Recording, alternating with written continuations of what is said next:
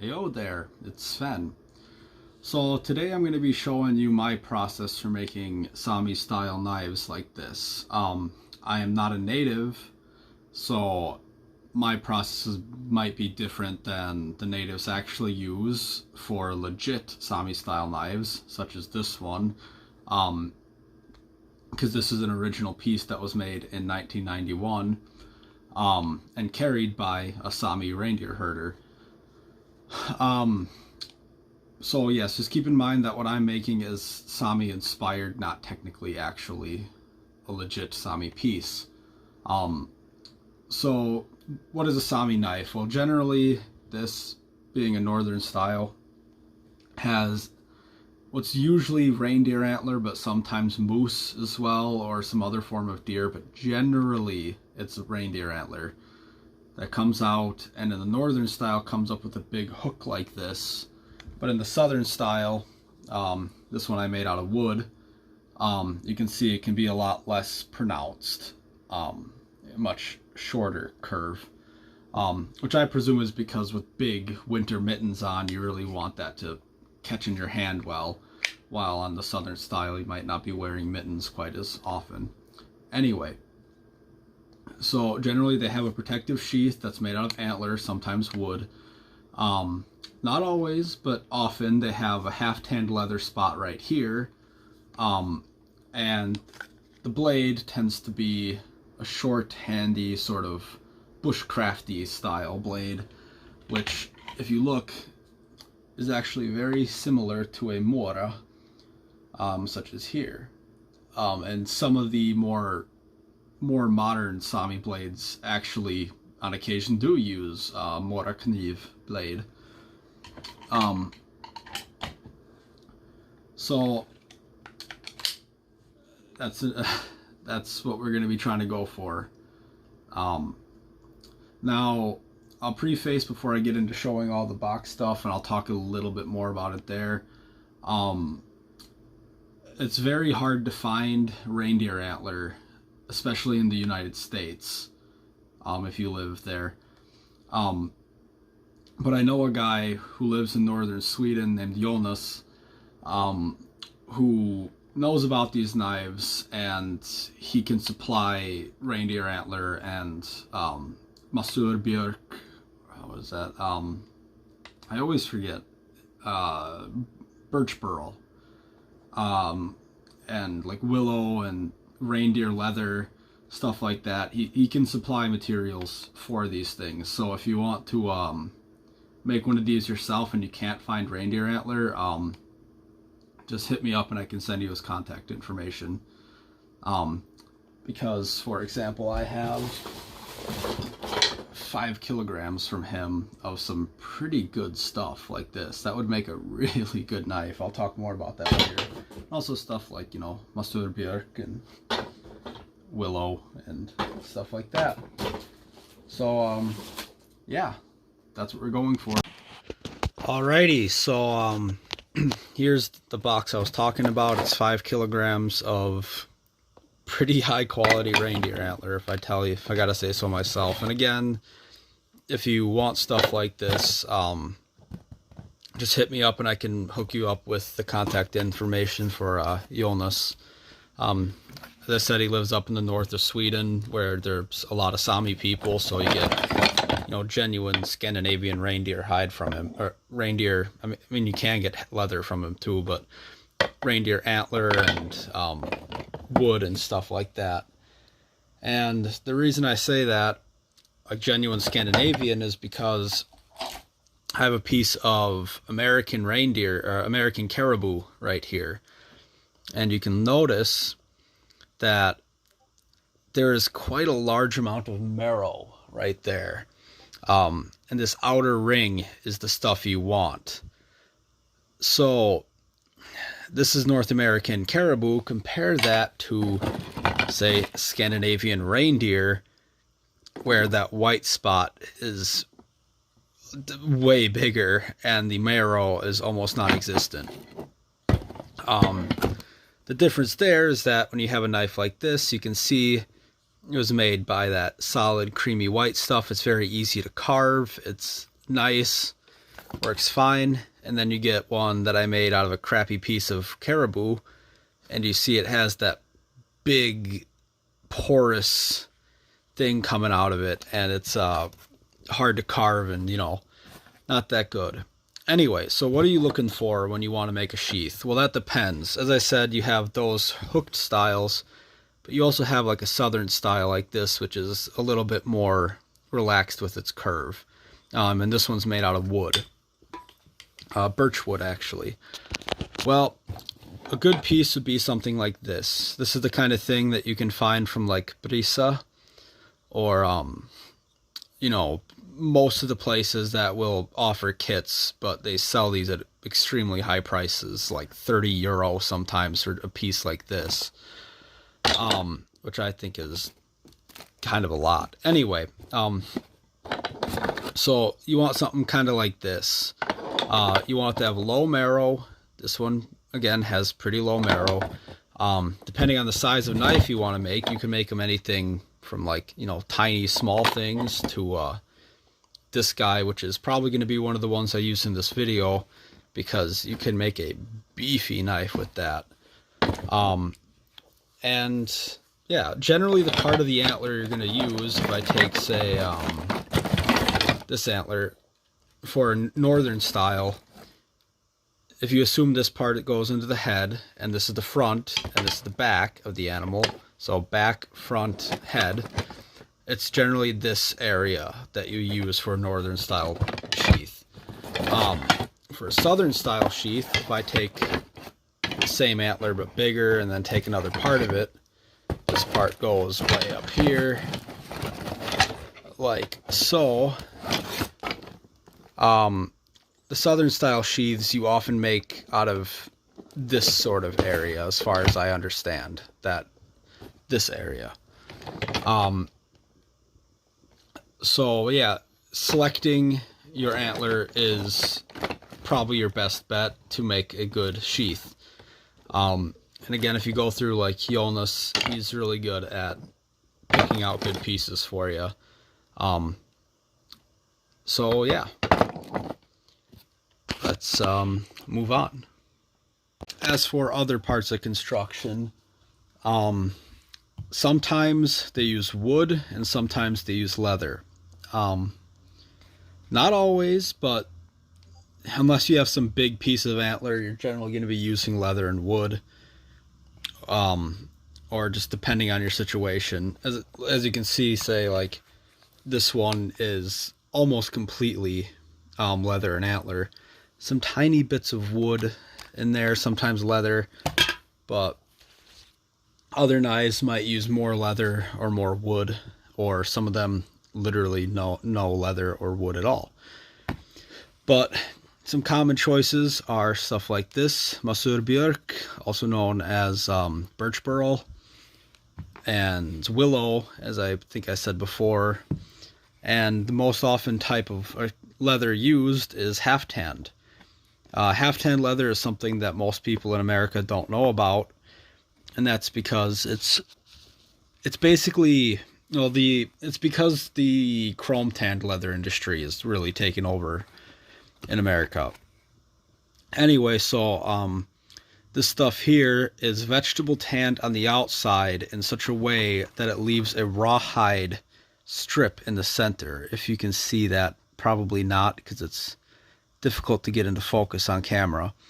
But there's a little strip of rawhide in the middle of this, which means when you form it, it will make a where'd I put that knife? When you form it, basically it'll create a very, very stiff sheath like this. You can see all my force, I cannot crunch that in, and that's vital for if you want that classic Sami style click that people know these knives for. And that is where you go in like this, and then you get a click when you pop it in. You will not get that with like chrome tanned leather. Chrome tanned leather, like I used here, when you put it in, it won't click at all. It still holds it well, but it won't click. So If you want to be more traditional, use this. And again, if you need some supplies like this, Jonas can also help you out there. So yeah, without further ado, again, let's move on. So despite my claims before of probably using that bigger one, I think it's actually more reasonable for me to use this smaller one here, because this is probably more along what any beginner of doing this is probably going to get their hands on. So again, I've chosen it because it has a very clear, good, straight-ish hook area here. It has, as you can see, quite low marrow, and I think it'll make a good sheath in about this region. So the first thing I'm going to do is cut about here-ish, and then start the scraping. So as you can see, I took that antler and I cut it, and that leaves me with this little guy who should make a nice small sheath. It's not perfectly straight, but it's definitely straight enough. The cut wasn't perfectly straight, but it's straight enough, and all that can be worked out later. So at this time is when you're going to start to want to think about whether there's going to be a right or left-handed sheath. Right-handed sheaths are like this. See, the pattern is on the left side of the blade because this sits on your left side, allowing you to reach over with your right hand and grab it easily. Left-handed blades are like this, or sheaths are like this, where the pattern is on the right side of the blade and it sits on your right side, so you can easily reach over with your left hand and pull it out. The curve should always be facing backwards, is a good way to think about it. And it goes on the opposite side of your hand. Now, sometimes you don't need to worry about it now, depending on the type of sheath you do. Sometimes you just can carve the whole thing down and then put the leather around, like as you can see here, and you get that overhang. Sometimes you can indent it in, kind of like here. This one isn't finished, by the way, but it's getting there. You can indent it, and that way the leather would sit more flush to it. And other times you can decide to do what this one did here and leave a little nub, so that way over time as this leather gets loose, that little nub is going to keep it from actually coming out. So you can decide which side you're going to do it with. I think what I'm going to do for this is carve it down a little bit and then decide later, depending on which side has the more pretty pattern like that, just in the actual antler itself. But I might do this one left-handed. We'll see. So I said scraping this down. Oh, I think I said scraping this down anyway, but if I didn't, cutting this down has several different ways you can do it. One way is to have a hacksaw or a grinder or something and cut the excess off, and then polish it later. Another way is to use rasps and then move down to hard biting files and then move down to soft biting files. And or another way is to take a knife like this and just scrape, kind of like this. As you can see, that already does quite a bit. It really depends on how you want to do it and how long you think it'll take, but if you use some of these methods that can remove a lot of material, make sure you do not remove too much, because, you know, as every workman should know, you can always take material off, but it's very difficult to put it back on. So I'm going to get to my favorite method, which is probably just scraping. It's easier with two hands, and get this down to a rough shape.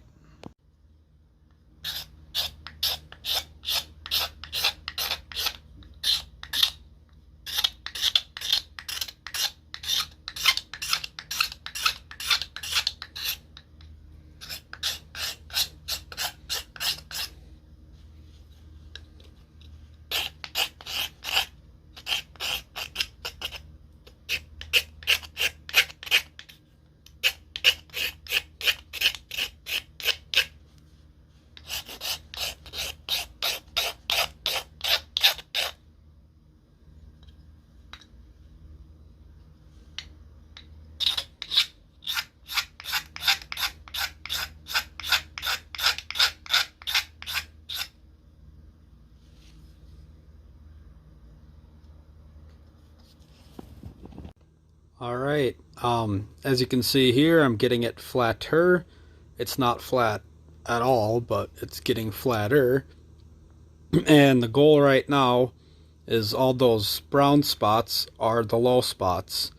You want to bring this white all the way down to remove all those low spots for the most part. It will take a lot of time, it'll take a lot of work. If you have power tools, feel free to use them, but just be careful not to remove too much. I like doing it the scraping way, and sometimes I'll use a rasp depending. And yeah, just work at it in slow, and if you do it right, then the end result will be fulfilling. So a quick thing I want to mention here is that just make sure as you're carving this down, you try and keep it on both sides of the marrow about equal. And don't forget to do that with the bottom side too, and on the tip side. You want all of them to sort of equally straddle the marrow without it leaning too far to one side, unless your piece is pretty bad and really requires you to do that. So whenever possible, keep that marrow in the middle and take off material on both sides toward it equally. Slowly but surely, with some knife and filing, we're getting closer. Another little point is feel free to take the edges down to about how thick you want it to be, and then work the middle down after. It'll help you track progress, make you feel like you're actually doing something. Yeah, getting there.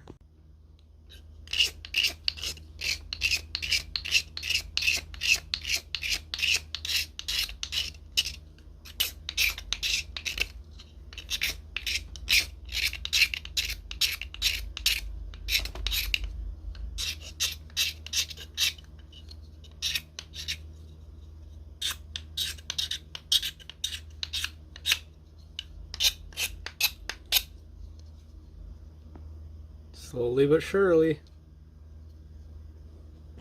So this is the finished dimension that I'm going for. It's definitely not unheard of for Sami knives to be a lot thinner than this. I mean, heck, this guy right here is quite thin. However, I'm making it a little thicker because I like them to have a little bit more strength.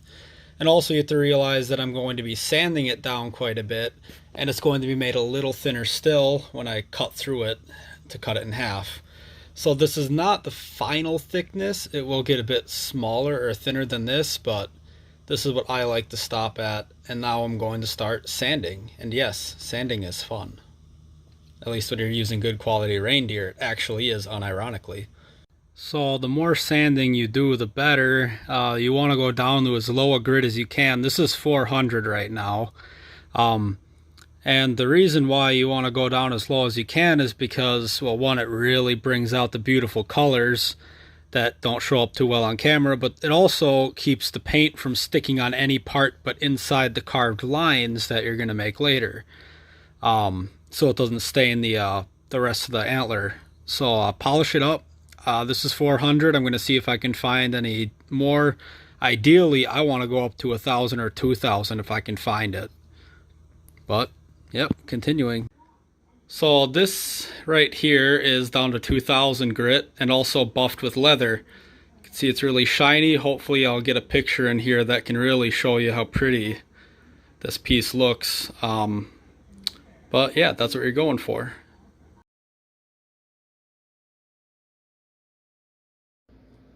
Alright, so now that we have it looking really good, and as you can see it is very shiny, the next step, if you choose to, is to take something like a piece of leather or maybe a piece of paper, situate it a good amount below where this is going, or situate it about where you want the leather to stop on the top edge.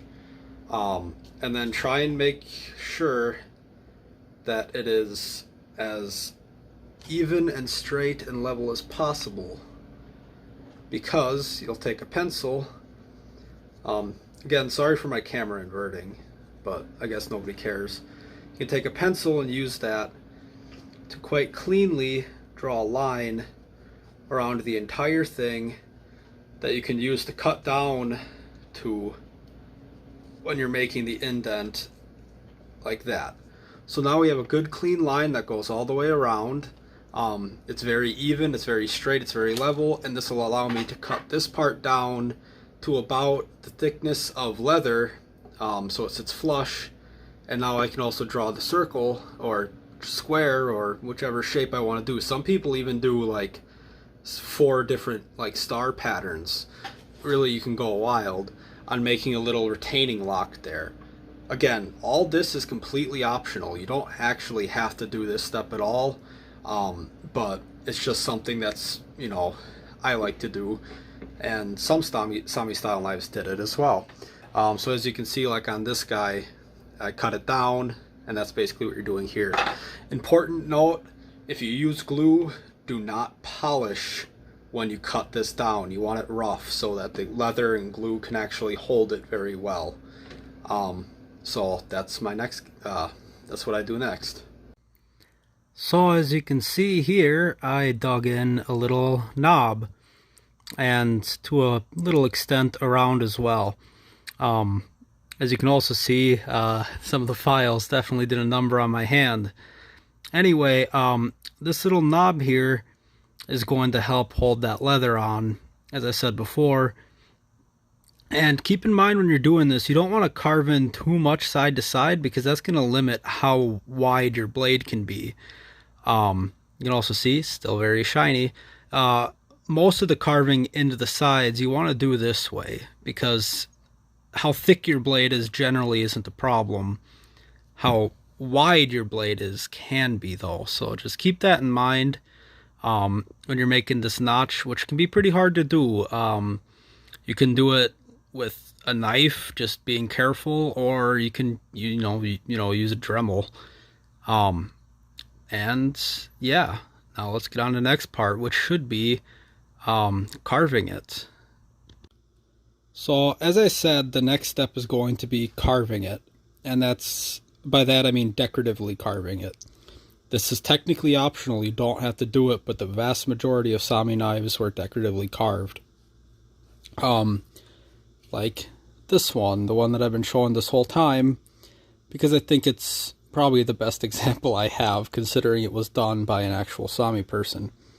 So the idea is that you take a very sharp, generally small knife, but some people find comfort in different things, and you'll cut grooves into the antler systematically and carefully, and those grooves will make it so when you rub a dye or ink onto it, the ink and dye will get caught in those grooves but wipe away everything else. And that's why you want it so polished, as well as just looking pretty, because that'll make sure that the ink and dye wipes off everywhere but remains in those grooves, such as that.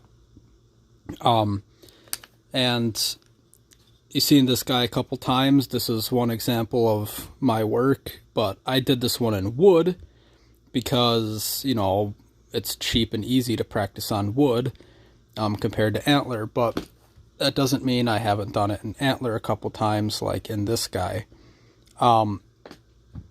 So with any luck, I'm going to be posting a couple pictures after this that you can use to help you with designs that you can add on. And what I recommend doing is taking a picture of your piece, putting it on, say, Paint or GIMP or whichever photo editing software you like, and then just, you know, drawing some sketches over it, see what you like before you actually carve in. Or even you can take a pencil and just draw the designs on and see what you like, which is, I guess, what I'm going to do now.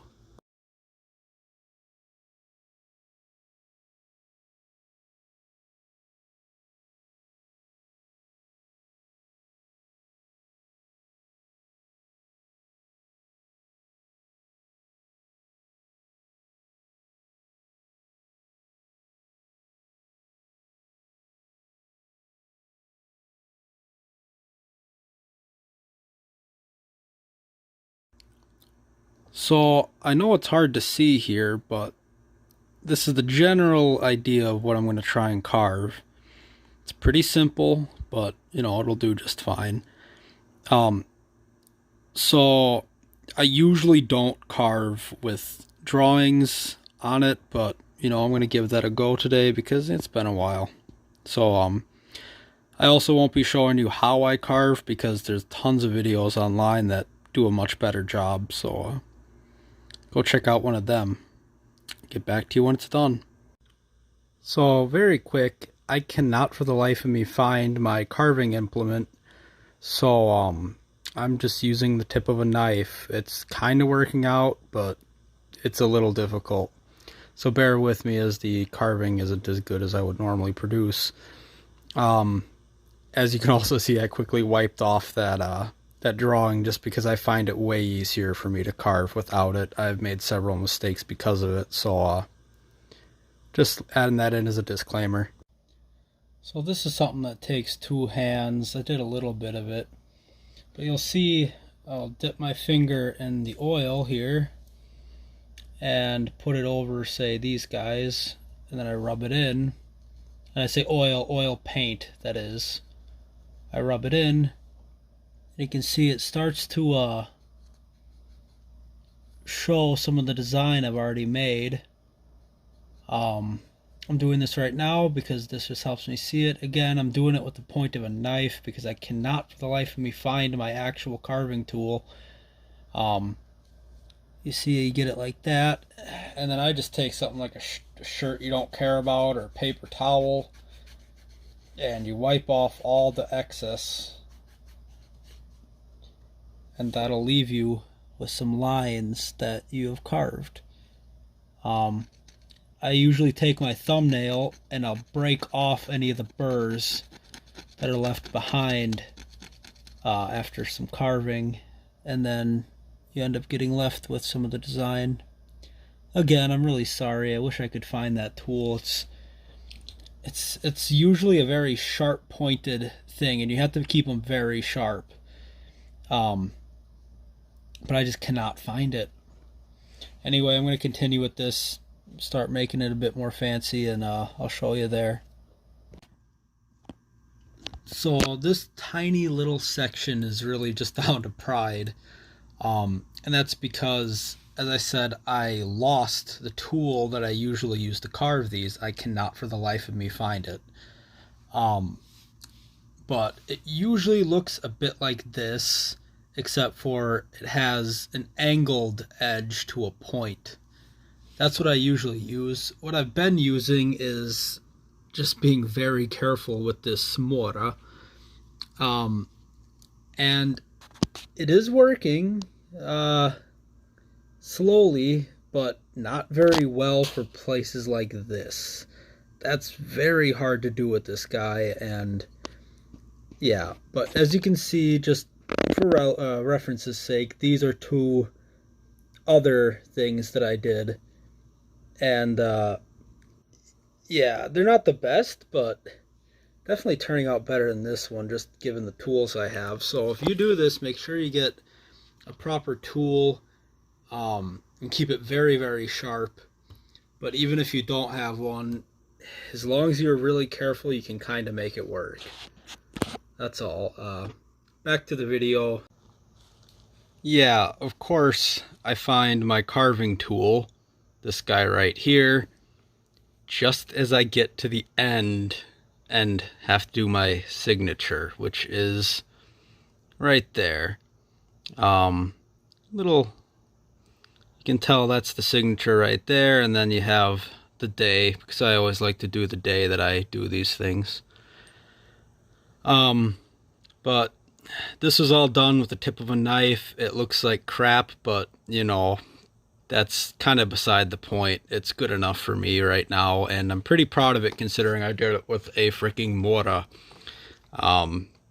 So, oh well.